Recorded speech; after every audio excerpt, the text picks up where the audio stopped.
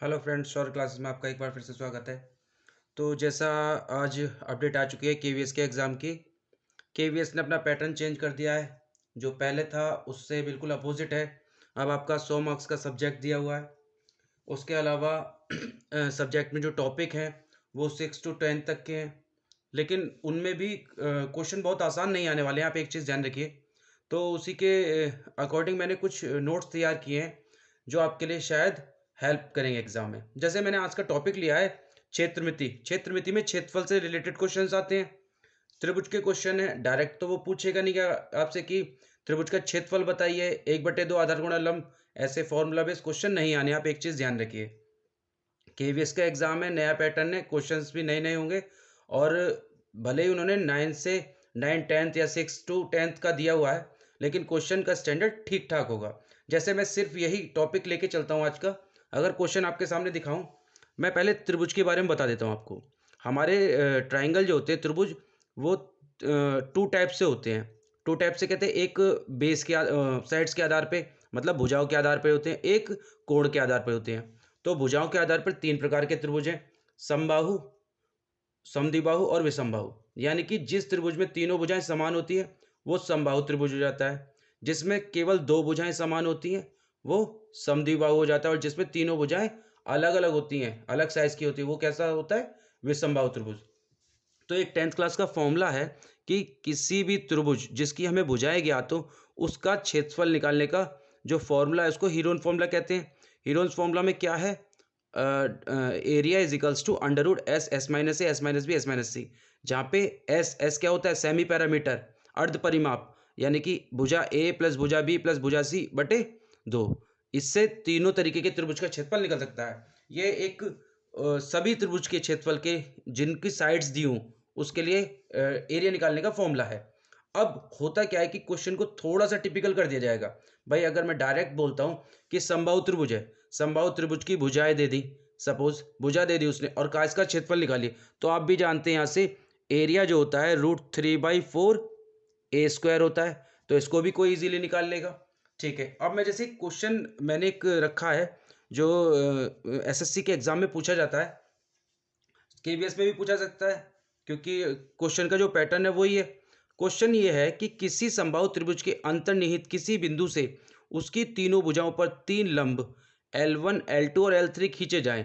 तो वो 3 चीज़ें पूछ सकता है हमसे। क्या क्या पूछ सकता है?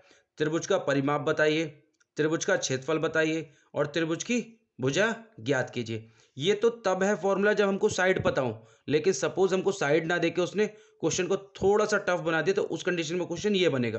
पहला है त्रिभुज का परिमाप। तो परिमाप क्या होगा? 2√3, जो आपको उसने लंब डाले हुए हैं, सेंटर में कोई बिंदु है, इसके अंदर ही कोई बिंदु है, वहां से उस पर लंब डाले गए हैं तीनों भुजाओं पर, तो उनकी लंबाइयां दी हुई हैं। तो परिमाप हो जाएगा 2√3 L1 plus L2 plus L3। इसी तरीके से क्षेत्रफल हो जाएगा L1 plus L2 plus L3 का होल स्क्वायर अपॉन √3। और त्रिभुज की भुजा, यानी कि जो कौन सा त्रिभुज की बात कर रहा हूँ? समबाहु त्रिभुज। समबाहु त्रिभुज की भुजा कैसे निकालेंगे? 2/√3 L1 plus L2 plus L3।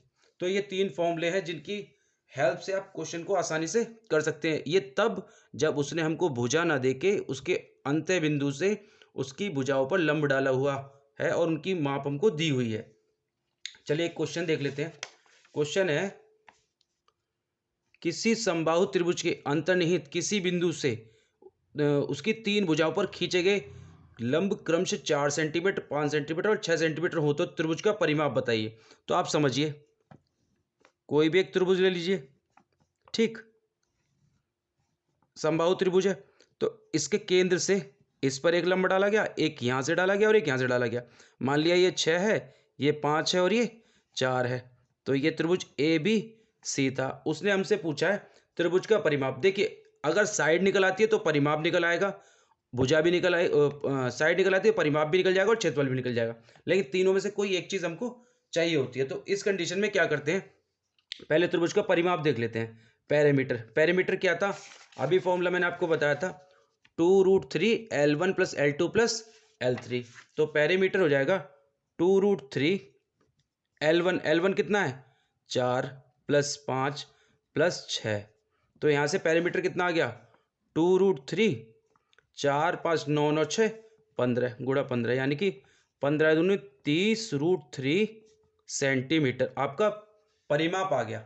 अब आपको भी पता है इससे साइड निकल आएगी। साइड क्या होती है? चाहो तो फॉर्मूले का यूज़ कर लो, चाहो आपको पता है किसी भी समबाहु त्रिभुज में तीनों भुजाएं समान होती हैं, तो इसकी एक भुजा कैसे निकल आएगी? 3√3/3 यानी कि 10√3। आप फॉर्मूले का भी यूज़ कर सकते हो। फॉर्मूले का यूज़ तब करना है जब हमको सपोज पैरामीटर ना निकालने पड़े, डायरेक्ट साइड निकालने पड़े, तो आप वहाँ पे यूज़ कर सकते हैं। तो 10√3 आ जाएगा। उस वाले फॉर्मूले से भी करके देख लेते हैं।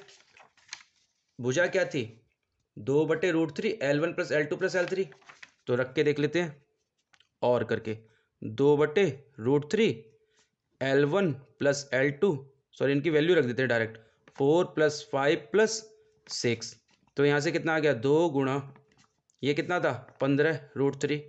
सेम यहाँ पे क्या करेंगे? अब √3 है, इसको रेशनलाइज कर लेंगे तो √3 से ऊपर नीचे परिमीकरण मल्टीप्लाई कर लेंगे, तो ये बन जाएगा 2 × 15√3/3। तो 3 5 15। तो यहाँ से भी कितना आएगा? 5 2 10√3। फॉर्मूले का यूज़ करोगे तब भी सेम आंसर आना है। अब आ जाइए किस पे? एरिया पे। एरिया क्या आएगा? एरिया अगर मैं फॉर्मूले का यूज़ करता हूँ तो है L1 + L2 + L3 का होल स्क्वायर अपॉन √3। तो देख लीजिए इन सब की वैल्यू कितनी आई थी? 15 यानी कि 4 + 5 + 6 का होल स्क्वायर अपॉन √3। बात वहीं पे है। कितना आ जाएगा? 15 का स्क्वायर 225 और अपॉन में √3। यहाँ पे भी क्या करेंगे? परिमीकरण √3 से ऊपर नीचे मल्टीप्लाई। तो ये हो जाएगा 225√3/3। 3 से डिवाइड करेंगे, 3 7 21 और 3 5 15। तो 75√3। तो आप देख रहे हैं यहाँ से क्या आ गया? त्रिभुज का क्षेत्रफल आ गया। अगर आप डायरेक्ट इसका यूज़ करते भुजा का स्क्वायर तब भी यही आता। हम लोग क्या जानते हैं?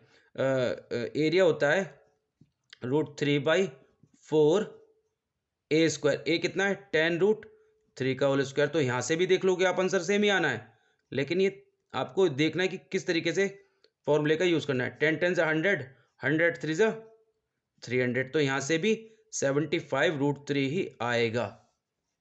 सिर्फ आपको ये वाला फॉर्मूला बताने का ये था पर्पस कि क्वेश्चन को वो कुछ नहीं करेगा, सिर्फ घुमा देगा। वहाँ पे अगर आपको साइड दे देगा इक्विलेटरल ट्रायंगल की तो आप कुछ भी करके आसानी से निकाल लेंगे। लेकिन इसने यहाँ पे क्या किया? किसी अंत्य बिंदु से केंद्र से लंब डाल दिए, उनकी लंबाई दे दी। चलिए एक क्वेश्चन ये दिया गया है, इस क्वेश्चन का आंसर आप मुझे कमेंट बॉक्स में बता सकते हैं, और अगर इससे रिलेटेड कोई डाउट हो वो भी आप मुझे बताइएगा।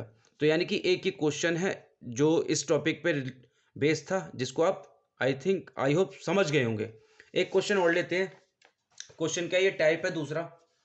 अब जैसे मैंने आपको बताया, जो ट्राइंगल होते हैं, जो त्रिभुज होते हैं, वो दो प्रकार से होते हैं, एक भुजा के आधार पर और एक कोणों के आधार पर। भुजा के आधार पर 3 थे, समबाहु, विषमबाहु और समद्विबाहु। इसी तरीके से कोण के आधार पर भी 3 त्रिभुज होते हैं। कौन कौन से?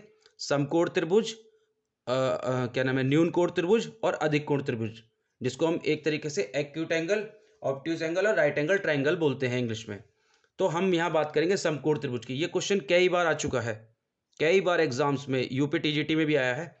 क्या होता है क्वेश्चन की? किसी समकोण त्रिभुज में समकोण बनाने वाली भुजाएं क्रमशः पी तथा बी, यानी कि ये उनकी बात कर रहा है जहां पर समकोण त्रिभुज बनता है, यानी कि परपेंडिकुलर और बेस की बात कर रहा है। यदि इसके अंदर एक बड़े से बड़े आकार का वर्ग बनाया जाए तो वो आपसे क्या पूछता है? वर्ग की भुजा क्या होगी। अगर भुजा पता है तो क्षेत्रफल भी निकल जाएगा। तो हम पहले देख लेते हैं। तो साइड्स के लिए क्या आएगा? भुजा का सूत्र क्या होगा यहाँ पे? P × B/P + B। ये अगर इसका लॉन्ग मेथड से जाओगे आंसर तब भी यही आना है, लेकिन आप इसको नॉर्मली याद कर सकते हो कि जब भी वो साइड्स की बात करेगा आपको क्या करना है? जो उसकी समकोण करने वाली भुजा है उनको एक बार ऊपर गुणा कर देना और नीचे जोड़ देना है। जरा देख लेते हैं क्वेश्चन। किसी समकोण त्रिभुज की सबसे बड़ी भुजा 5 सेंटीमीटर व अन्य भुजा 3 सेंटीमीटर लंबी है। यदि त्रिभुज के अंदर एक बड़े से बड़े आकार का वर्ग बनाया जाए तो इसकी भुजा तथा क्षेत्रफल ज्ञात कीजिए। अब आप समझिए, यहाँ क्वेश्चन में मैंने थोड़ा सा सेकंड टाइप का क्वेश्चन लिया है। उसने बोला सबसे बड़ी भुजा, आप इसको परपेंडिकुलर और बेस ना मान ले, उसने बोला सबसे बड़ी भुजा, यानी कि ये क्या है, कर्ण है, हाइपोटेनस है। ये कोई मान के चलो मैं ए बी सी ले लेता हूँ जो राइट एंगल एट बी पे, इसको आर लेते हैं क्योंकि बी हमने यहाँ पे फॉर्मूले में लिया हुआ है, आर लेते हैं सेम। तो सबसे बड़ी भुजा की बात 5 कर रहा है, कोई भी भुजा ले लीजिए। अगर ये 3 ले लेते हैं तो आपको पता है पाइथागोरन ट्रिपलेट में 3 4 और 5 होता है, 3 3 9 प्लस 4 चक 16 25, 25 का अंडर रूट 5।